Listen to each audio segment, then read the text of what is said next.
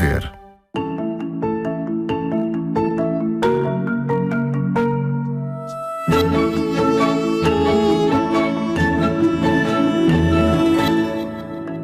Bem-vindos à Regaleira. Estamos aqui, por Sintra, para um verdadeiro passeio iniciático. A Quinta da Regaleira é palácio de sonhos, um lugar de visões e símbolos. Um homem nascido no Rio de Janeiro, herdeiro de tamanha fortuna, que ficou conhecido como Monteiro dos Milhões, imaginou esta elegia à sabedoria, aos mistérios e virtudes.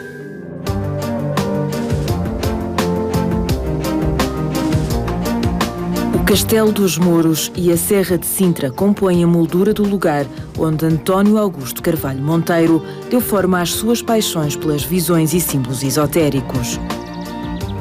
A simbologia Rosa Cruz da maçonaria e dos templários espalha-se pelo palácio, pelo bosque e jardins. É patente em estátuas, na capela, na torre, nos lagos, nas grutas, concebidas pelo arquiteto Luigi Manini, o italiano que também riscou o palácio do Hotel Bussaco e renovou a cenografia do São Carlos em Lisboa. Foi Manini a mão que compôs as construções e ordenou a paisagem. Foi o visionário Monteiro dos Milhões quem concebeu os espaços e edifícios simbólicos. Monteiro dos Milhões comprou a quinta por 25 contos de réis em 1892 e seguiu à risca o seu lema: serpenteio, mas não me desvio. Em 1910 tinha concretizado nestes 4 hectares as visões gnósticas que marcavam também o seu palácio na Rua do Alecrim, em Lisboa, e o jazigo de família no Cemitério dos Prazeres.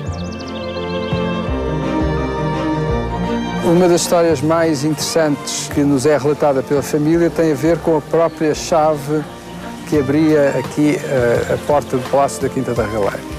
Era uma chave que abria simultaneamente o Palácio da Rua do Alecrim, a Quinta da Regaleira e o jazigo da família mandado construir pelo Carvalho Monteiro. Uma chave de ouro, primorosamente trabalhada num estojo, todo ele decorado com cruzes da Ordem de Cristo. É um aspecto muito curioso que o conceito dessa chave abrisse as 3 moradas principais da mesma pessoa. A Regaleira é uma viagem iniciática. Aqui ganharam expressão os 1001 interesses de Monteiro dos Milhões, do esoterismo às ciências da vida animal. Há vários aspectos sobre os quais podemos ler a Quinta da Regaleira, desde o paisagístico ao arquitetónico, a toda a sua simbólica, aos aspectos relacionados de facto com a natureza, com a arte, com a história. Eu considero que a Quinta da Regaleira é um espaço único. Ele é concebido como um espaço integral, se bem que com vários ambientes muito distintos uns dos outros.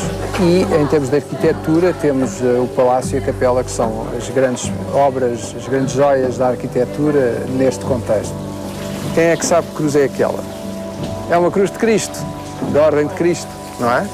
Ora, a cruz da Ordem de Cristo é uma cruz particular e que tem a ver com o quê? Tem a ver com a nossa identidade nacional, não é? Vamos passar agora lá para dentro, estamos mais à fresca e vemos o resto.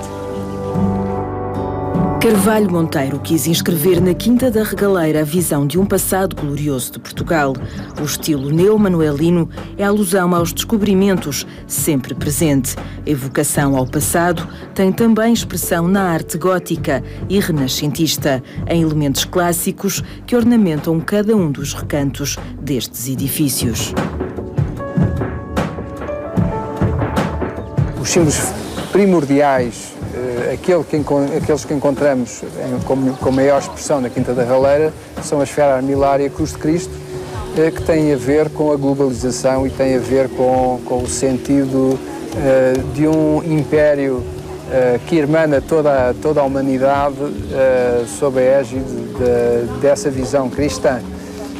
Esses são os símbolos fundamentais da Regaleira, aqueles que também acompanham toda a viagem e todo o sentido da descoberta. Um dos espaços mais emblemáticos da quinta é o Poço Iniciático, que simboliza o reino do centro, o Axis Mundis, o eixo que une a terra e o céu. Tem a forma de uma torre invertida, mergulhada a 25 metros no interior da terra. A escadaria em espiral é também ela simbólica. Os patamares evocam a Divina Comédia de Dante e os círculos do inferno. Todo o espaço da Quinta da Regaleira é como se fosse uma sucessão ininterrupta de cenários que nos introduzem numa viagem e, portanto, é como se nós estivéssemos a percorrer espacialmente a sucessão de cenários de uma ópera e vamos de cenário em cenário, só que estamos a fazê-lo em 4 dimensões, não é? Não só as 3 físicas, mas também a temporal. A Quinta da Regaleira foi declarada em 2002 imóvel de interesse público e é palco e cenário de exceção para exposições, colóquios, concertos e teatro. Neste verão, ao cair da noite, surgem personagens para guiar o público por caminhos num bosque que simboliza a transição de uma natureza ordenada e cultivada pelo homem até outra zona mais selvagem. Olhar aqui, acha? Toma! Viste lá! Agora! Vês dobras isto, faz toma! O Quixote é a proposta da Musgo Produção Cultural e da Anima Teatro para reler Cervantes. Agora percorre um lugar enigmático. As deixas dos atores constroem uma outra visão do romance de Cervantes numa regaleira onde tudo é símbolo e visão de outros mundos. Ficou gravado. Esta antinomia que se estabelece entre a matéria e o sonho, entre o idealismo e o materialismo, um representado, o idealismo pelo Quixote e outro pelo Pansa, é uma leitura romântica e, portanto, esta quinta toda ela transanda a romantismo e, nessa perspectiva, essa leitura. Depois há aqui o nosso espaço cénico, que já não se inscreve exatamente na arquitetura típica da quinta, mas que reconstitui, na nossa intenção, um picadeiro, uma arena, um coliseu, uma praça de touros, temos um curro, de onde saem as figuras e onde fazemos uma espécie de pega de caras ao Quixote. Pegamos no romance para o reler, para o atiçar, para o acender. Escorpião Ferrarin. A rã incapaz de prosseguir, membros imobilizados com a progressão rapidíssima do veneno sobre a corrente sanguínea, perguntem no fio de voz que ainda lhe resta. O quê? Escorpião nem sátiro nem traje? Entornado nas águas, afogando sem apelo, agonizando, responde. É a minha natureza. Morra o Dantas, morra, pim. Ora toma, que era assim que o jovem Almada Negreiro exclamava: basta, pum, basta, contra os pantomineiros da literatura. Vai para um século que o literato e dramaturgo Júlio Dantas foi alvo de escárnio de Almada. Agora, surpresa, descobriu-se uma gravação de Almada a ler o seu manifesto anti-Dantas. Pim.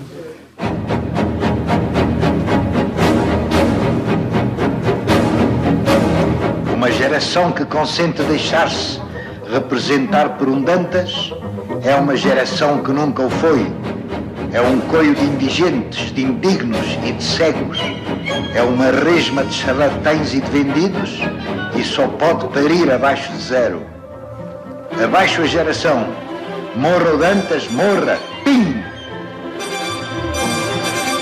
José de Almada Negreiros, poeta de Orfeu, futurista e de tudo, assinou por baixo e esta edição do Manifesto Anti-Dantas é ponto alto das comemorações dos 120 anos do aniversário de nascimento. Almada propicia surpresas destas. Alguém veio dar ao meu pai a cassete com o registro deste almoço onde foi gravado o manifesto, onde ele estava presente. Ele não se lembra do almoço, não sabe onde é a casa e não se lembra quem é que lhe entregou a cassete, por isso, e já não está aqui para nos contar mais nada. Muitos anos depois, o Português Sem Mestre foi à televisão na primavera de 1969. Como é que começou a sua ligação com todo esse movimento, esse grupo? Como é que aparece integrado? Porque Segundo eu julgo saber, Almada Negreiros era o mais novo nessa altura do grupo. Bastante mais. Como é que se deu essa aproximação? Quando algumas pessoas têm a mesma desgraça, juntam-se. Portanto, houve, acima de tudo, o sentimento em Almada Negreiros de que estava irmanado numa desgraça com esse grupo. Não era pressentimento, era autêntico. Era uma verdade legítima. Ninguém nos supôs que nascessem determinados portugueses naquele momento. De modo que nós estávamos fora da sociedade. Se é que havia sociedade. Atrevera-se Dantas a exagerar que os poetas do Orfeu eram paranoicos. Almada saiu em defesa da arte e da honra da revista vanguardista, onde umbreava com Fernando Pessoa e Mário de Sá Carneiro. Pum! Retorquiu assim. O Dantas nasceu para provar que nem todos os que escrevem sabem escrever. Em 1916, em abril, a partir de abril, há o suicídio de Mário de Sá Carneiro, não é? Todas as vontades de republicar Orfeu, portanto, o número 3 não conseguem, portanto, não chegam a lado nenhum, não é? Mas há essa vontade e continua a haver nessa altura. E o Almada sofre, acho eu, com a publicação de uma revista católica que se publica ali em abril de 1916, onde todos os modernistas gráficos entram, que é a Ideia Nacional, e o Almada Negreiros publica uma capa, que é um escândalo, e é um bocadinho posto de lado dessa revista, revista que também ridicularizou o Mário de Sá Carneiro, quer dizer, e os modernistas, e os futuristas, etc. E acho que talvez por causa desse novo escândalo do futurismo, não é? Talvez por isso o Manifesto Antidantas de repente surge. Um ano antes de partir, Almada fazia no Zip Zip um balanço de vida e falava de uma grande obra. E o assunto é uma coisa francamente geométrica, em que eu, pintor, eu, poeta, segui exatamente os conselhos de Platão, que são estes. O poeta fora da República e vá ter com os arquétipos. De modo que eu comecei os meus estudos e, entre eles, durante os meus estudos apareceram-me coisas francamente extraordinárias, que são nem mais nem menos do que documentos portugueses. De modo que tudo isto me deu satisfação e me dava toda a autoridade para apresentar esse trabalho, como eu disse, com 13 metros de extensão, e ao qual eu pus o título verdadeiro, que lhe pertence a ele e não é invenção minha. Chama-se Começar.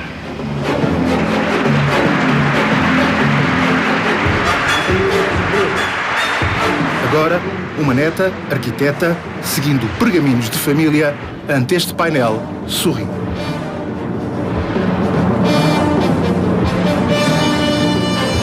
Este painel tem que ser digerido aos poucos, porque tem muita informação. E é uma composição geométrica e estética, portanto há uma composição que não é só, não tem só uma explicação geométrica e matemática, há também uma conjugação harmoniosa de composição gráfica.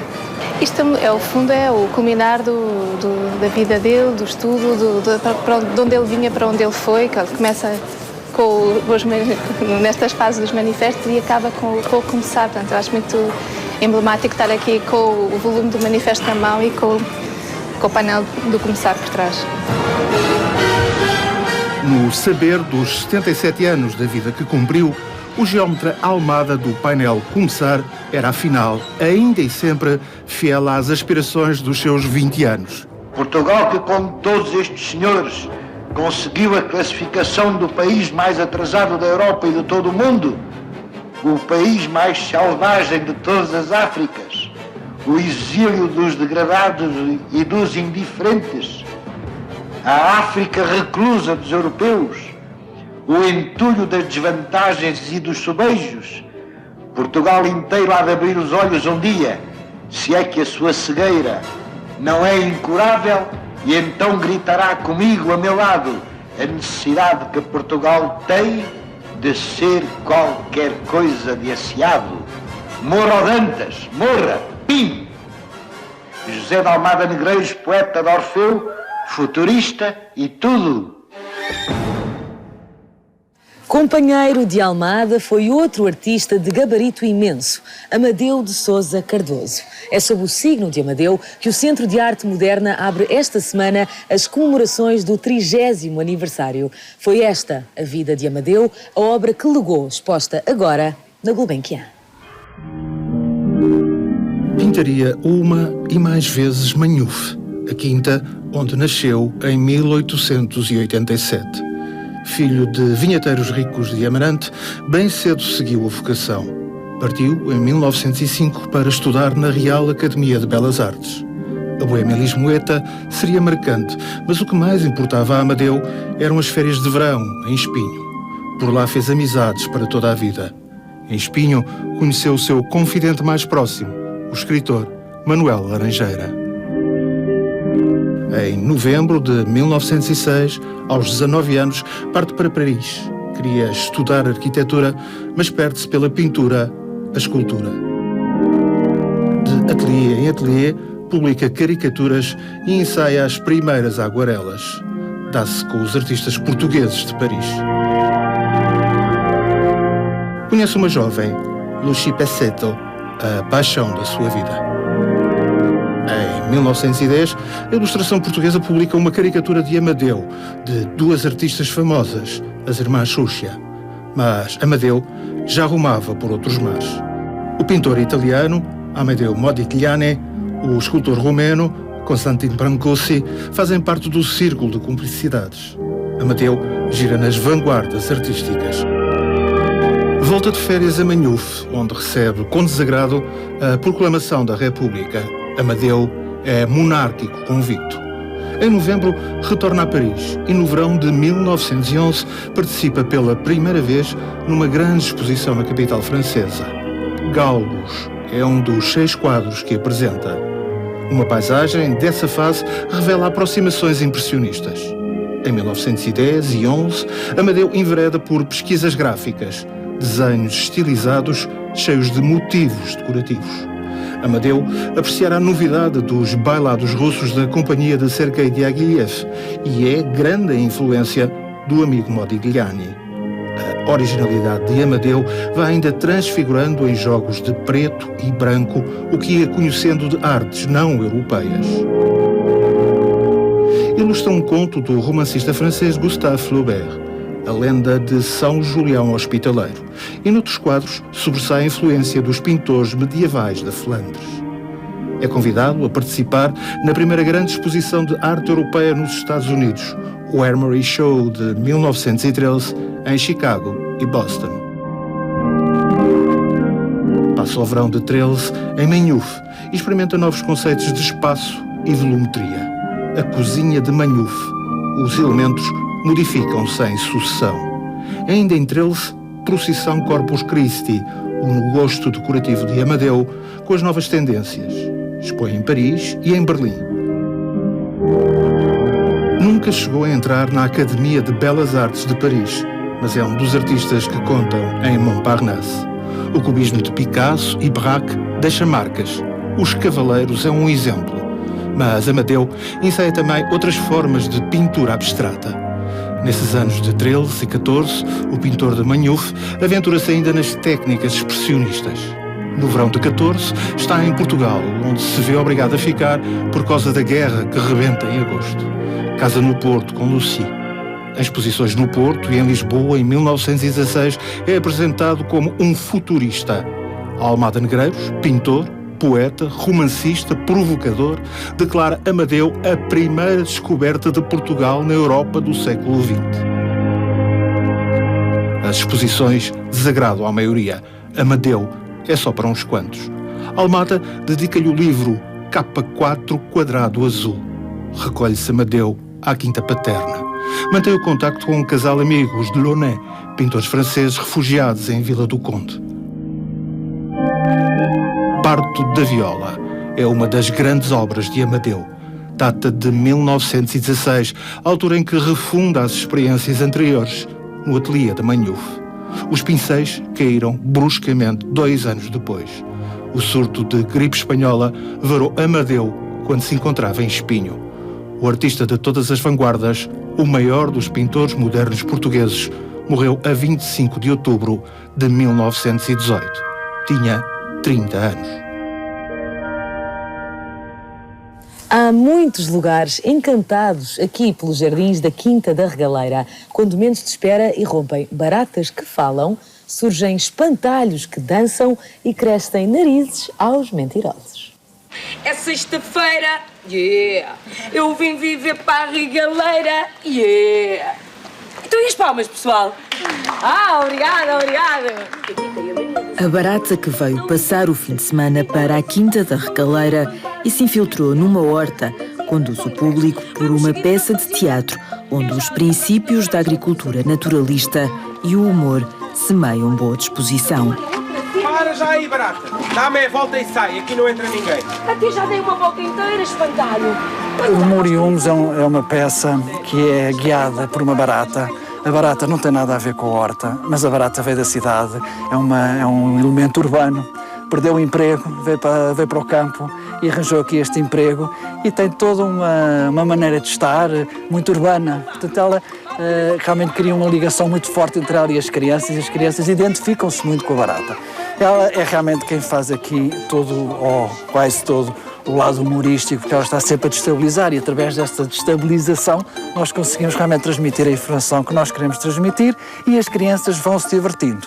Portanto, criamos aqui algumas lenga-lengas, criamos algumas situações que as crianças possam sair daqui com alguma informação. Olá, bem-vindos à Horta da Quinta da Regaleira. As visitas guiadas à Horta Biológica de José Arantas, no Alentejo, foram a base deste projeto, que é encenado pela atriz Ana Brito Cunha. Humor e humus decompõem algumas das questões sobre o dia-a-dia na horta. Bios significa vida. Degradável vem de decompor. Vida decomposta. Biodegradável. Já está. Muito obrigado.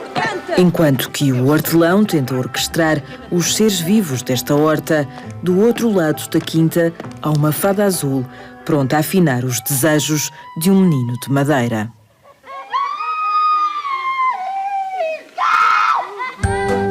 Pinóquio, o clássico da literatura de Carlo Collodi, é reinventado por entre as ameias e as árvores num dos jardins da quinta. A Bifurcação Teatro esculpiu esta adaptação, onde a mentira sobe a palco e a obra de Gepeto ganha vida. Já há 3 anos que nós fazemos espetáculos aqui na Quinta da Regaleira. Tentamos com que os espetáculos se integrem dentro da natureza, que é vasta e é muito bonita, e tentamos sempre fazer abordagens que agradem aos pais e agradem também aos filhos. Este ano achámos que, por causa também do tema da mentira, as crianças que se portam mal, devíamos fazer o Pinóquio. Nos outros anos tentámos fazer um bocadinho um espetáculo mais volante. Este ano quisemos fixar um pouco mais aqui no ténis.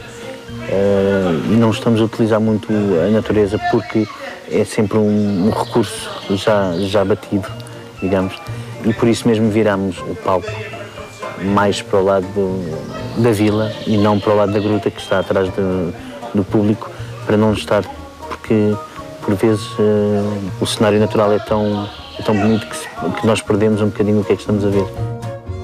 Entre estas e outras histórias, a Quinta da Regaleira é o palco de uma narrativa que se constrói no olhar de cada visitante e onde os sentidos se confundem a cada passo.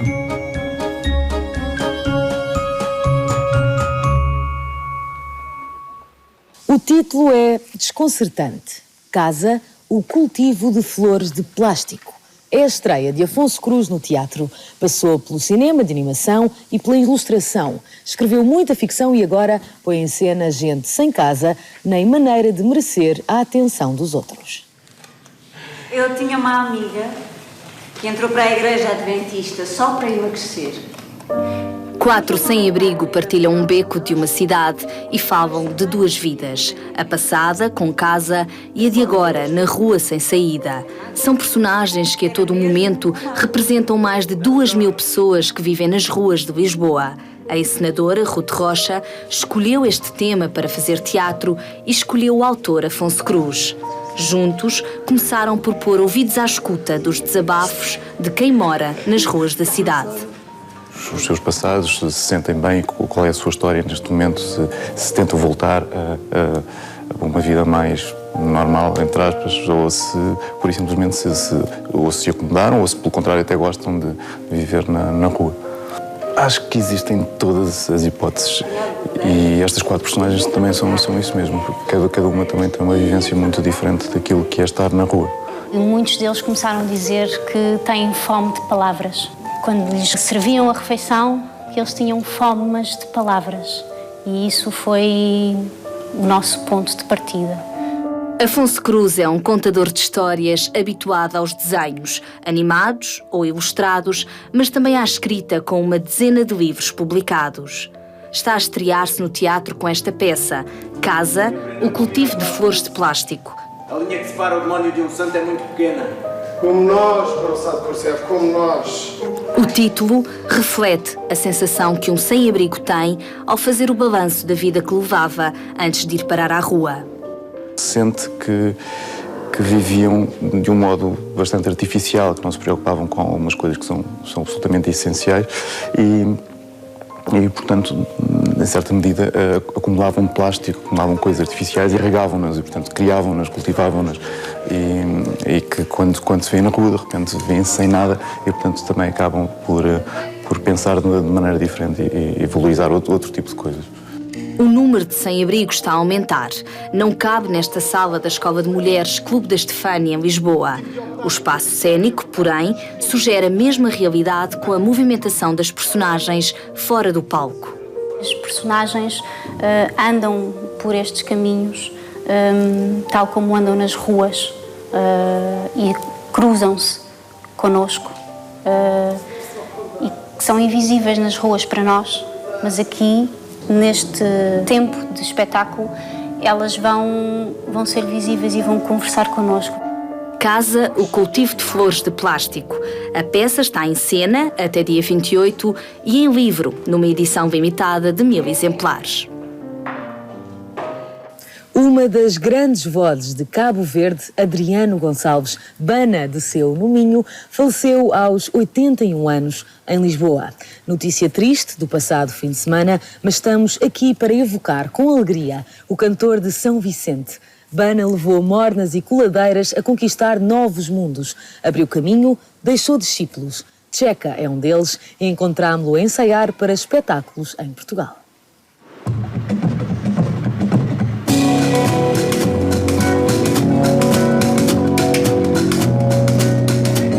Eu aprendi a tocar em casa, porque o meu pai antigamente era violinista.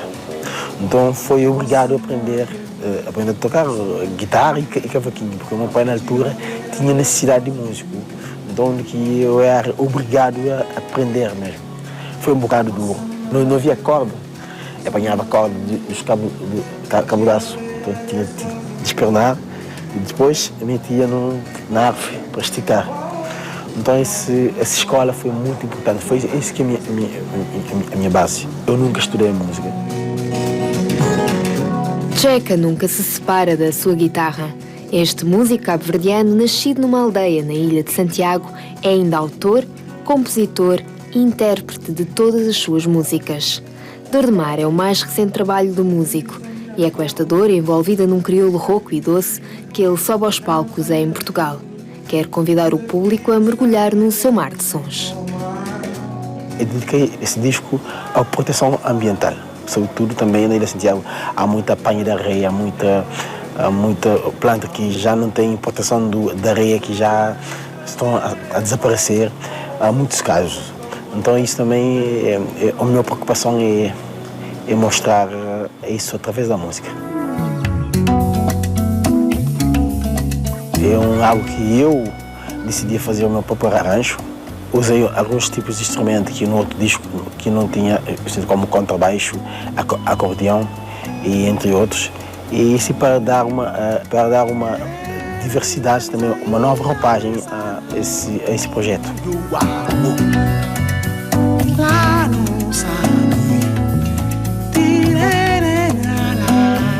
Para muitos, Tchek é já um dos grandes representantes do lado mais africano da música cabo-verdiana. O seu primeiro disco, Argui, surge em 2003. Entretanto, já lançou no Monda e Longe. Com este Dor de Mar, deixa-se influenciar pelo jazz e pela música afro. Tchek brilha no firmamento da world music.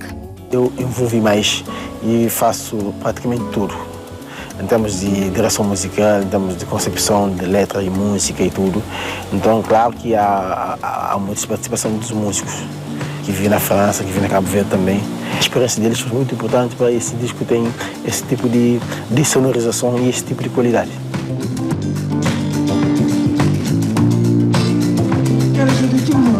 É um caminho mesmo duro. E cada vez subir uma escada mais grande para subir e mais complicado. Então tem que ser sempre a trabalhar, tem que ser sempre a ouvir, tem que ser sempre a procura para poder ter uma identidade.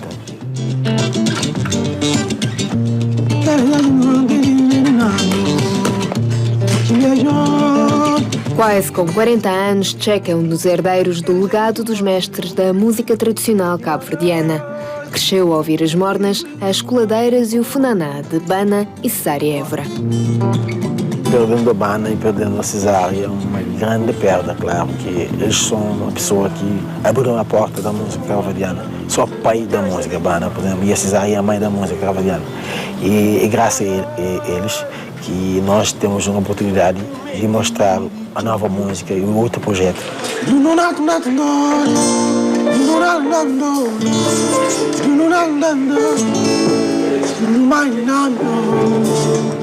Cada Sopro é uma peça do australiano Benedict Andrews sobre desejos perigosos. Está em cartaz no Teatro da Politécnica, em Lisboa. Uma das atrizes é Ana Bustorff, nascida nos anos 50. Um dos encenadores é John Romão, de outra geração, a dos anos 80. Conversam agora sobre como pensar o teatro.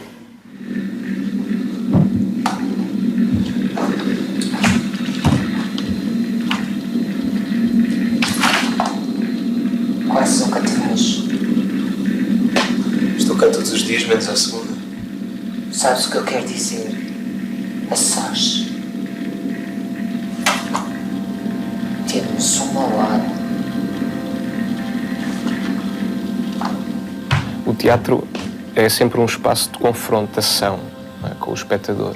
Portanto, de uma certa violência.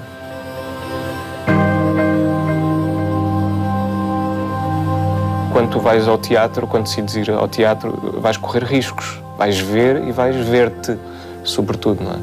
E eu acho que a experiência do teatro é sempre uma experiência violenta, no sentido de quando tu te olhas ao espelho, há sempre uma espécie de violência nisso. Sim. De reconheceres, de te veres, de saberes como és. Muitas vezes também saberes aquilo que escondes, que tu consegues esconder através da imagem, não é? Um teatro que omite isso, não é? Não me parece que seja interessante para mim.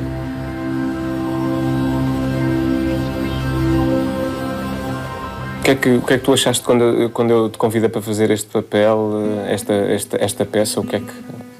Tu não me conhecias, não é? Não te conhecia, mas de qualquer forma eu aceitaria sempre. Hoje para mim é uma certeza maior eu estar a trabalhar contigo. Mas fiquei muito contente logo, fiquei contentíssima. Mesmo a maneira como tu me falaste sobre o espetáculo, a peça, os personagens, eu pensei logo, eu quero fazer isto. Acho mesmo importante cruzarem-se várias gerações de pessoas. Sim. E isso nunca deixar de acontecer, porque de outra forma as coisas ficam fechadas. Porque para mim é importante trabalhar com pessoas da tua geração e inclusive mais novas. E até porque eu cada vez procuro mais uma forma de estar em que não se represente, mas que se exista em cena. Eu não sei muito bem o que isso é, eu própria ando à procura. E eu acho que o teu trabalho também tem muito a ver com isso. E tem sido muito criativa esta experiência, muito forte. Quem teria feito aquilo? As crianças queriam tanto um cão quando eram pequenas. Adoravam. Brincavam com ele o tempo todo.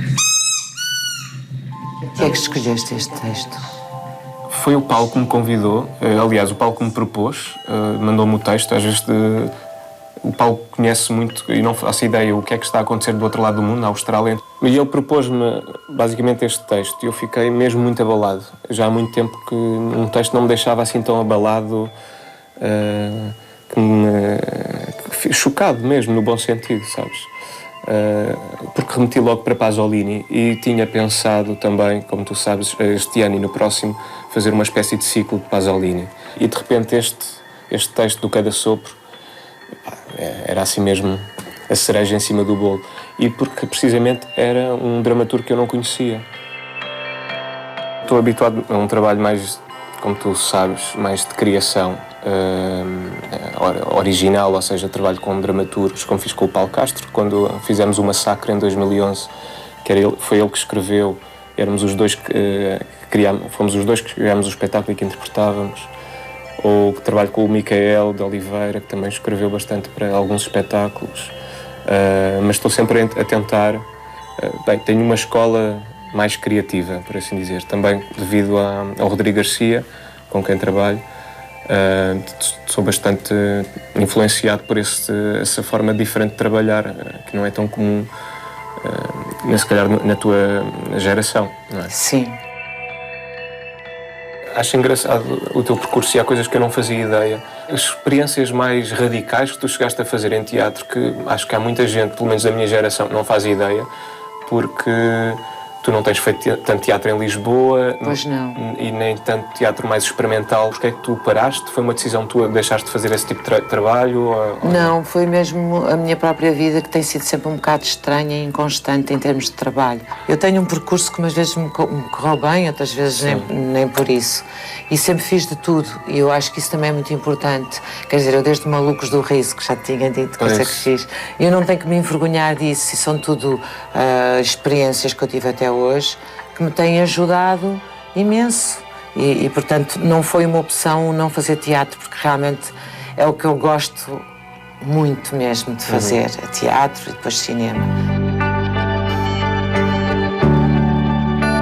Eu fiquei mesmo muito contente e achava quase impossível de alguma maneira, porque não sei, há pessoas que tu vais vendo ao longo do tempo, que vais criando uma imagem das pessoas como atores ou como encenadores, e de certeza que fizeram o mesmo relativamente a mim, não é?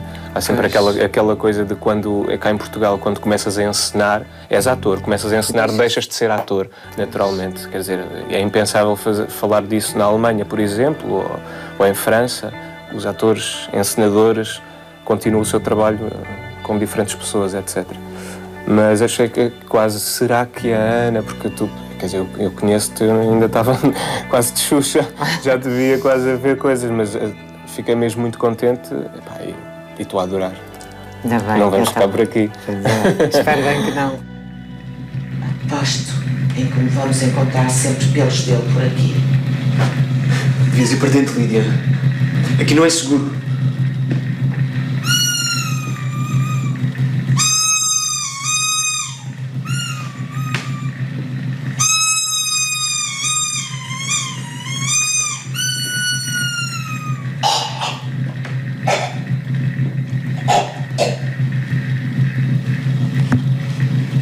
E chegou a altura de dizer adeus à regaleira e aos seus mistérios. Marquemos então novo encontro. Para a semana iremos a outros jardins ao som de jazz.